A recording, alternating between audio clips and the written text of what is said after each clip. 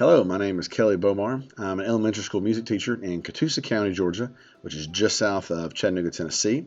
And this is my Capstone project review, reflection, description video to meet the requirements of ITEC 7500, which is the last class in my Instructional Technology specialist degree that I'm getting from Kennesaw State. So the need or problem, really more of a need, not a problem, that I saw in elementary school music classrooms was just sometimes it seems a little challenging for us to integrate technology in a meaningful way instead of just substituting it for something else. So one thing that I have been doing for a couple years in my classroom is using it to do some composition type projects with like 4th and 5th grade upper elementary students. So I thought this would be a good thing to go for with my capstone, would be to put together something on a bigger scale to enable teachers to be able to do this in their classroom. So the basic need that I saw was for teachers, these elementary music teachers that I work with. There are 10 elementary schools in my county. It's for us to get comfortable with the technology and software and apps needed to make this work, and to see where we kind of fit on that scale, and then to provide those resources so it's really sort of plug and play for those teachers, just so we can take away some of the anxiety and scared factor, so to speak, of using technology in the music classroom. And I felt like composition was a great area to do that in, as it really lends itself to being able to use some of the technology tools that we have access to. So the project plan for my capstone was essentially to teach music teachers how to create a composition unit of study for 5th grade general music students. So I will provide the resources through a website that I create using Google Sites. So we'll guide, also have supplemental material, and sort of direct and steer the unit and how the teachers can use that in their own classroom. The website will also have be a place where students can upload their compositions. They can publish those, and then the evaluation piece that they'll do at the end, kind of a peer-to-peer evaluation, they can do it on that site as well. And also provide resources that will promote and encourage teachers to integrate this and other units into Google Classroom, since we're a Google district. Music teachers or other related arts, PE, even like some of the special ed teachers and things like that don't have a home room, might not be as familiar with Google Classroom. So that's another kind of topic that we'll discuss in the capstone. So the 3 basic components in the capstone idea. The first is to ensure that basically professional development for the teachers, make sure they know how to use Google Classroom, the Google site I create, and then the composition tools needed on the Quaver curriculum website. So that's the first piece. The second is I will create a unit on music composition for 5th grade students, and make sure that it aligns to the Georgia performance standards. And then finally, we'll have a needs assessment survey that will kind of see the current level of proficiency with all of those pieces. Will help me on the onset to get things rolling. The evaluation plan got a little creative simply because so much of what we do in the music classroom is performance-based and very subjective. You're evaluating performance or technique of those things. So the main form of evaluation will be feedback from teachers. I basically thought of 3 basic components that we could evaluate. The first would be done before we even roll out the unit to the students anyway. So as we go with the teachers how to put things together, I'll be taking comments from them and strengths and weaknesses of what I put together, what might not work, what will work, as well as just, is it something, is there value in it? Is it going to actually further the students along and help with their success in learning those music skills and being able to compose? So is it worth teaching? And if so, the unit that I put together, where can we tweak it? Where can we make adjustments and those type of things? The second piece of the evaluation will be just teachers' feedback on our students and the quality of work that they are able to produce using this lesson. This will be based on observations of the songs that they upload and publish to the Google website that I create. And the third would be to assess just a strict kind of percentage score of what students actually were able to complete the work, upload the work, and do the peer-to-peer evaluation of a friend at the end. So how did the capstone experience go? Well, a lot of pieces went pretty well, as planned, and some others didn't. So But let's get into it. The first thing was that I did was to create a survey to give out to the music teachers in the county, and just to see how comfortable they were with kind of the three pieces that we'll need: the Google Classroom, the Google Sites, and then the Quaver music curriculum, at least the composition tools. Those results were about what I thought. When it came to Google Classroom, it was split. A third were fairly comfortable, very comfortable, however they worded it. A third were somewhat familiar with, and then the third were completely unfamiliar. I mean, they know what it is, knew what it was, but they really didn't know anything about how to work it. And then with Google Sites, kind of fell about like I thought it was. Most of the teachers were unaware of anything about it, maybe heard the name, but really unaware of it. And then, just didn't know anything about it. And there's a couple that maybe have tinkered with it a little bit, but didn't have much comfortability with being able to use it.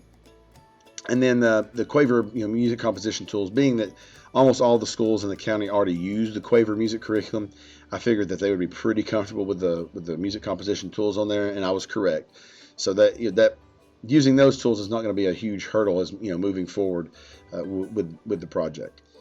So as I got into developing the Google site, the curriculum unit, if you will, it became apparent to me that it might be more beneficial to kind of develop it more like a web quest. In other words, design the lesson a little more student-led. My hope was that would help with teacher anxiety, maybe toward doing kind of a new thing, as well as it would potentially help bolster student engagement. When I've done web quests in my room in the past, student engagement tends to be pretty high. So I was hoping that would be the case here. It turned out it was. And really just, I wanted to create a space where teachers could kind of send their students with some direction, obviously. But then while the lesson's going on, they can spend most of their time being able to observe students and kind of informally assessing what's going on, rather than, answering questions and, trying to every little step of go here, then go here, then go here. So hopefully by doing it like a web quest, laying it out better for the students, it would free the teacher up a little bit to be more of a facilitator and kind of flip the classroom a little bit, for this project as they're working on the compositions. And it seemed to work pretty well for both of those goals. And answer more questions about putting together of the music rather than answering technical questions, which can sometimes bog us down. So as the project went on, we kind of had a deadline for teachers if they could to be done by a certain date, and they all were able to get it completed by that time. The evaluation and thoughts and reflections of different teachers, we were able to get all that in on time. So the timeline of how it went from there was pretty seamless. So some things that didn't necessarily go as planned. There were some issues with some of the students and teachers being able to upload their final compositions to the Google site. So, thinking about different ways to do that, we tried, maybe creating like a Flipboard with what used to be Flipgrid and letting teachers kind of upload to that. But then you run into one teacher that kind of tried that. You run into you have to make the song basically into a video format, and that's a whole nother thing that really kind of outside the scope of what we're trying to do with the lesson. So moving forward, we'll try to find a different way to do that. I know some other things, applications and stuff out there that you can use to upload music.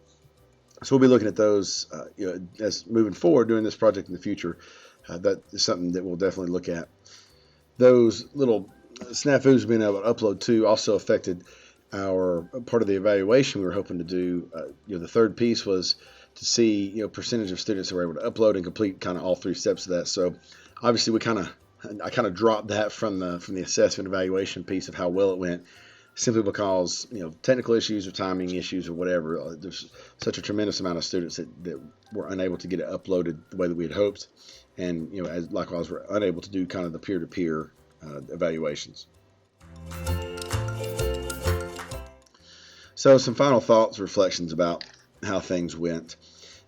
I think overall I was surprised about and pleasantly surprised about several things. The first being that how receptive the teachers really were to doing this. So I think maybe using composition as the topic maybe kind of hit a little bit of a sweet spot, simply because that's something that's very attainable even to the teachers, especially using the programs that we use, being able to kind of use those pieces to put together a piece of music that the kids could could call their own. It's something that they composed, and I think that technology actually really helped put those together, because writing a piece of music, if we're trying to do that, by the end of elementary school with those upper elementary kids, can be a little daunting task, because there's so much prerequisite knowledge and skills that a lot of times they don't have at that age. So being able to use technology kind of took some of those barriers away.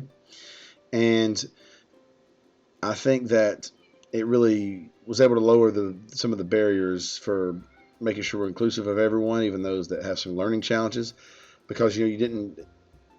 It took some anxiety away from the students as well, I guess is what I'm trying to say, because those kids that have a few extra challenges might have just not moved forward if we were doing it kind of more traditional, like writing down melodies or trying to create melodies on their own, and so they were able to take pieces but compose the song, and I think that made it a little easier for them to do, which was a great added bonus to be able to include some of those students that might have kind of gotten left out to some degree without the technology part. Another thing that I learned is in working with technology kind of in this aspect is that flexibility can be king. And it really, occurred to me as I was going through it that perhaps the best thing that I could do or someone could do as a technology facilitator or technology coach is really to focus on helping teachers become more comfortable with technology and learning new technology. Helping them become fluent and kind of an expert in one program is great, but they're going to have to keep coming back to you or whoever the tech person is at the school for each new program. So if we can spend more time, helping them actually just being able to digest new technology things that come in and how to better evaluate those and see how they can be embedded into their teaching and their curriculum and their classroom and what they're doing, I think that is a better service to the teachers than just doing it on like a program by program basis. So that was a little bit of an aha moment I wasn't expecting really from the Capstone project, but it dawned on me that, implementing these strategies, these ideas of helping teachers become more comfortable with technology and how to, like I said, digest it and take it in and learn it on their own. I really think those strategies will help sustain technology innovation in the classroom far better than, like I said, on a program or app or software, case by case basis. But just helping them understand how to approach technology and just gain that level of comfortability and lessen the anxiety around technology in general, especially with new technology coming in. So, like I said, that was definitely a big reflection piece for me, because I wasn't expecting that sort of, thought or kind of revelation to come to me through the process of doing this capstone.